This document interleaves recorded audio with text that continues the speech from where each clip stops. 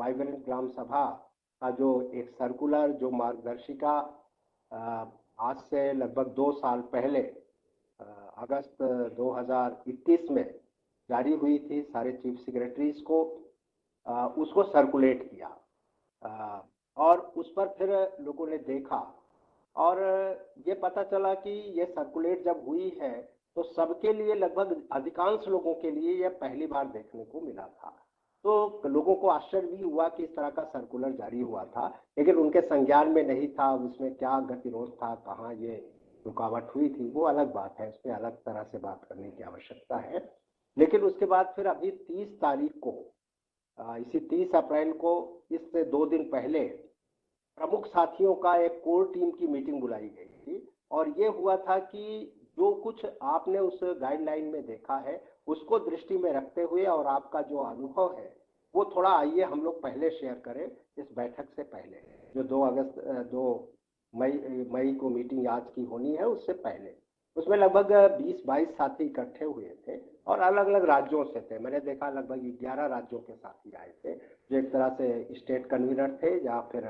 जो working committee के अलग अलग एक्शन ग्रुप बनाए गए हैं उनके जो ग्रुप लीडर थे, और उन लोगों ने बहुत सारे सुझाव उसमें दिए हैं। तो उन सुझावों को बहुत संक्षेप में मैं रखूंगा क्योंकि उनमें से कई लोग हैं जो अपनी बात को यहाँ रखेंगे विस्तार के साथ। उनको हर एक को 5-5 मिनट का समय दिया जा रहा है और फिर अरुण जैन जी अपनी बात को रखेंगे और फिर सचिव महोदय हम लोगों को संबोधित करेंगे और अपना मार्गदर्शन देंगे। मित्रों, 2-3 चीजें हैं कि वास्तव में भारत के संविधान में ग्राम सभा का जो प्रावधान हुआ है एक बड़े सामान्य तरीके से हुआ है, उसके बारे में कोई बहुत स्पष्ट दिशा निर्देश संविधान ने नहीं दिया है। उसने ज्यादातर जिम्मेदारी राज्य के विधानमंडलों पर छोड़ दी और जिसके चलते वो गैप हम देख रहे हैं कि किसी राज्य में ग्राम सभा को काफी जिम्मेदारियां दी गई हैं, ग्राम सभा को एक निगरानी संस्था के रूप में रखा गया है, और दूसरी तरफ कहीं कहीं जो उत्तर प्रदेश और दूसरे राज्य है जहां पर ग्राम सभा एकदम साइलेंट,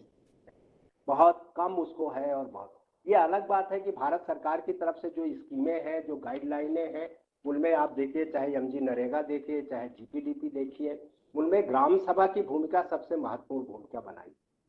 राज्य सरकारें भी धीरे धीरे उस लाइन में आगे बढ़ रही हैं, लेकिन कोई स्पष्ट दिशा निर्देश इस लाइन में नहीं था। और कुछ अधिनियमों में कहीं कुछ है, लेकिन जहां अधिनियमों में भी है वहां व्यवहार में भी वो नहीं। जैसे अगर बिहार में निगरानी समिति बनाई गई है ग्राम सभा की, तो निगरानी समितियों का कोई अस्तित्व नहीं होता और उसको व्यवहार में नहीं देखा जा रहा है, जो अनुभव वहां है। इसी तरह कई राज्यों में है कि अधिनियम में तो है कुछ चीजें, लेकिन व्यवहार में नहीं है। और इसीलिए ये चीज बड़ी महत्वपूर्ण हो गई है। और महत्वपूर्ण इस अर्थ में है कि वास्तव में जब हम ग्राम सभा कहते हैं तो पंचायत का वही सही स्वरूप है। पंचायत अपनी परंपरा में गांव की बैठक ही होती थी, अर्थात गांव की जो सभा होती थी वही पंचायत कही जाती। हम गांव की बैठकी को ही पंचायत कहते आए हैं अपनी संस्कृति में, और एक खुला संवाद और लोगों के बीच में एक समुदाय और पूरे समुदाय को लेकर चलने की जो भावना थी वो थी। इसलिए ग्राम सभा हमारी संस्कृति का भी बहुत बड़ा हिस्सा बनती है, हमारी परंपरा का। और आज की तारीख में हमारे संविधान में जो संवैधानिक निर्णय लेने का अधिकार है वो ग्राम सभा के पास है सिद्धांततः, तो इसलिए वो सबसे महत्वपूर्ण हो जाती है। दूसरी चीज ये है कि जो 16 अगस्त को माननीय सचिव महोदय की तरफ से, भारत सरकार की तरफ से जो गाइडलाइन जारी की गई है, निश्चित रूप से वो बहुत उल्लेखनीय है, क्योंकि हम ये कह सकते हैं कि पहली बार इतनी स्पष्ट गाइडलाइन, हाँ ये सही है कि वो प्रशासनिक दृष्टि से गई है, वो एक जैसे कहते हैं कि सरकार की दृष्टि से जो भेजा जाता है वो है सही है। अभी जब विषय आएगा, और उस दिन भी जो समीक्षा हुई थी हम लोगों ने किया था, तो उसके सामाजिक पक्ष का उभार कम दिखाई पड़ा था कि उसका जो एक सामाजिक पक्ष होता है, ग्राम सभा सिर्फ संवैधानिक ही नहीं है, ग्राम सभा हमारी सांस्कृतिक इकाई है। अगर सांस्कृतिक इकाई है तो स्वाभाविक है उसका सामाजिक पक्ष भी बड़ा प्रबल होना चाहिए, जितना कि उसका संवैधानिक पक्ष प्रबल होता है, राज्य या शासन का पक्ष प्रबल होता है। वो गैप को ही भरने के लिए शायद आज ये मीटिंग हुई है और इस तरह की बातें। मैं यहाँ पर एक चीज और ध्यान दिलाऊंगा कि इसके पहले एक प्रयास और भारत सरकार के स्तर से हुआ था 1999 में। अप्रैल 1999 में, उस समय बाबा गौड़ा पाटिल होते थे, राज्य मंत्री होते थे पंचायती राज के, तब ग्रामीण विकास मंत्रालय के अंतर्गत एक डिपार्टमेंट होता था ये। उन्होंने एक लेटर सारे चीफ मिनिस्टरों को भेजा था और उस लेटर में उन्होंने ग्राम सभा को ही फोकस किया था। वो लेटर बहुत ही महत्वपूर्ण लेटर वो भी था। और 1999 के बाद मुझे नहीं लगता कि ग्राम सभा को लेकर उसके बाद कभी इस तरह की चर्चा हुई है जैसा कि इस पत्र में ग्राम सभा को फोकस किया गया है। इसलिए ये पत्र हमारे लिए बहुत महत्वपूर्ण है और उस दृष्टि से इसको देखे जाने की आवश्यकता है। जहां तक इस पत्र में जो चीजें आई हैं और जो आई है उसकी तरफ मैं बहुत संक्षेप में आप लोगों का ध्यान आकृष्ट करूंगा। एक बार सिर्फ याद दिलाऊंगा आप लोगों को कि उसको जरा रखें कि जो भारत सरकार की तरफ से जो गाइडलाइन गई है उसमें किन किन बिंदुओं पर फोकस किया गया है। पहली बात ये किया गया है कि ये पत्र ऐसे ही नहीं कि सरकार के स्तर से जारी कर दिए, बाकायदा राज्य सरकारों के साथ जो संघ के हैं इकाइयां हैं उन सब के साथ एक परामर्श किया गया। सबके परामर्श और सहमति के बाद यह पत्र जारी किया गया है। यह सबसे महत्वपूर्ण है। ऐसा नहीं था कि अकेले भारत सरकार के मन में आया या सचिव महोदय का की एक दृष्टि या एक समझ बनी और लेटर जारी कर दिया गया। नहीं, अगर वो बनी तो उसके आधार पर बाकायदा राज्यों की सहमति ली गई है, राज्यों के साथ संवाद हुआ है और उसके बाद यह पत्र जारी किया गया। और इसमें बहुत साफ कहा है गया है कि ग्राम सभाओं की जो भूमिका होगी वो ठीक है, वो तो बजट पास करने की, प्लान बनाने की, ये तो होगी ही, लेकिन कार्यक्रमों के कार्यान्वयन की निगरानी की भूमिका उसकी सबसे महत्वपूर्ण। अर्थात ग्राम सभा एक निगरानी के कार्य को और विशेषकर कार्यक्रमों के क्रियान्वयन की निगरानी रखने में ग्राम सभा की एक मेजर भूमिका होगी, ये है। दूसरा ये तय किया गया था कि ये जो ग्राम सभा होगी, ये ग्राम सभा अपने जस्ट विनोद इधर आ जाइएगा, ये जो ग्राम सभा होगी वो मुख्य रूप से यहाँ यहीं रहिए, कहीं कहीं डिस्टर्ब हो रहा है। ग्राम सभा जो है वो मुख्य रूप से जो उसकी जो बैठकें होती हैं,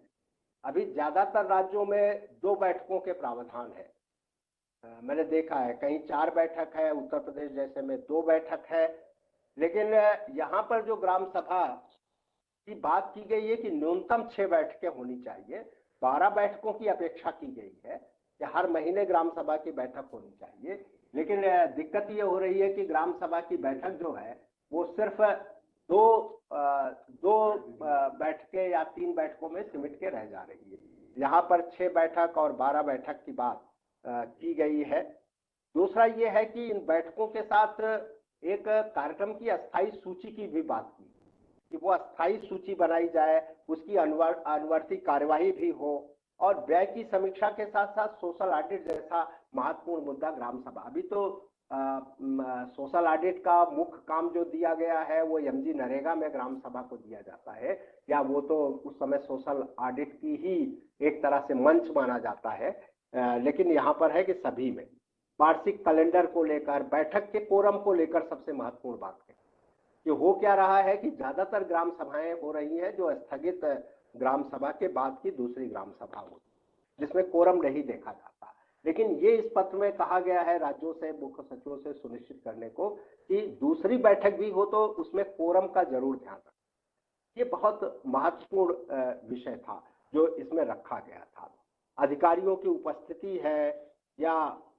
उनका यह है कि उसको एक रोस्टर के आधार पर ग्राम सभाएं आयोजित की जाए जिससे कि सचिव और दूसरे अधिकारी उसमें रह सकें, इसको भी बहुत स्पष्टता उस बात को कहा गया है। दूसरा जो सबसे बात थी कि ग्राम सभा, जैसे अभी आप देखेंगे जब बात करेंगे हम महाराष्ट्र में, तो महाराष्ट्र में ग्राम सभा गौरव का पूरा कैंपेन चलाया जा रहा है। अभी भीम भाई उसके बारे में बताएंगे, लेकिन इसमें भी जो कहा गया है कि ग्राम सभा हमारी शान होगी और गांव की पहचान होगी। तो एक तरह से ग्राम सभा गांव के गौरव का विषय है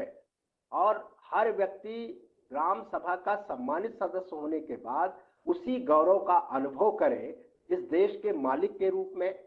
गांव के प्लानर के रूप में, गांव के रचनाकार के रूप में और वहां के विकास योजनाओं में एक की रोल प्ले करने की स्थिति में वो अपने को महसूस करे, इसको सबसे ज्यादा फोकस किया गया और इस बात का आह्वान किया गया है कि इस तरह से ग्राम सभा। इसी के साथ जो सबसे महत्वपूर्ण बात की गई है, सिर्फ ग्राम सभा की ही नहीं बल्कि उन अस्थायी समितियों की भी बात की और उसको भी बहुत वो दिया है कि ग्राम सभा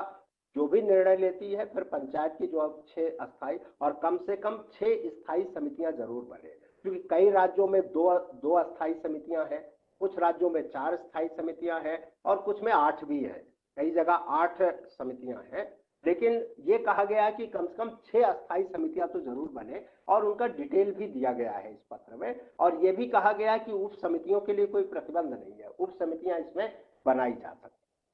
तो ये इस तरह के कुछ महत्वपूर्ण सुझाव जो दिए गए और बाद में एक निगरानी के लिए ऐप बनना और उसमें बाकायदा इनको करना और वो ऐप भी जारी हो गया है, आप लोगों के लिए सुखद सूचना है जिस पर सचिव महोदय जरूर जानकारी देंगे अपने स्तर से। तो ये मोटे तौर से ये सारी चीजें हुई थी। अब मैं संक्षेप में, बहुत संक्षेप में, कि किस तरह के सुझाव आए हैं, क्योंकि सुझाव तो सामने आएंगे, समय को मैं ध्यान में रखते हुए बहुत संक्षेप में अपने उन सुझावों को समेटना चाहूंगा। दोनों तरह के सुझाव आए हैं। एक सुझाव तो ये आया है कि जिस तरह से एक तरह से प्रशासन की दृष्टि से, गवर्नमेंट की दृष्टि से ग्राम सभा को एक्टिवेट करने के लिए, ग्राम सभा को जीवंत बनाने के लिए जिस तरह के प्रयास की कोशिश हो सकती है और जिसका अधिकांश हिस्सा उस पत्र में हमको मिलता है देखने को, उसका कई लोगों ने बहुत समर्थन किया और जो हम लोगों की चर्चा हुई और माना कि ये चीजें जरूर होनी चाहिए, ये चीजें सुनिश्चित होनी चाहिए और ये अगर होगा जो इस पत्र में दिया गया है तो शायद उसके आधार पर ग्राम सभाओं को जीवंत बनाया जा सकता है। लेकिन एक दूसरा पक्ष भी था उस पूरी चर्चा में, जो 30 तारीख की चर्चा हुई उसमें एक दूसरा पक्ष था जिसकी बात मैं कह रहा था, जिनका ये मानना है कि पंचायतें इसी बात के लिए बनाई गई हैं, पंचायती राज की आवश्यकता भी इसी बात के लिए बनी है कि जो स्थानीयता है, जो स्थानीय स्तर पर जो समस्याएं हैं और उनकी जो पहचान होनी है स्थानीय स्तर पर, और उसके बारे में स्थानीय स्तर पर निर्णय और स्थानीय स्तर पर पहल, इसको प्रोत्साहित करने की बहुत ज्यादा जरूरत है ग्राम सभा। और जब हम ऊपर से ही सारे शासनादेश, सारा डिजाइन और सारी तरह के एजेंडे बना करके भेज देते हैं, जिसका परिणाम हम लोगों को देखने को मिल ही रहा है, उसके चलते गांव वाला सोचना बंद कर देता है और यंत्रवत वो आता है और फिर उसकी कोई रुचि नहीं रह जाती और ये मानता है कि एक सरकारी काम है, वो सरकारी काम हो रहा है। इसीलिए एक बहुत बड़ा स्पेस जो स्थानीयता का हो, जो सामाजिक क्षेत्र का हो, सामाजिक संस्थाओं का हो और गांव के लोगों का हो, गांव के जागरूक नागरिकों का हो। ये सही है कि अभी इस तरह के लोकतांत्रिक व्यवहार की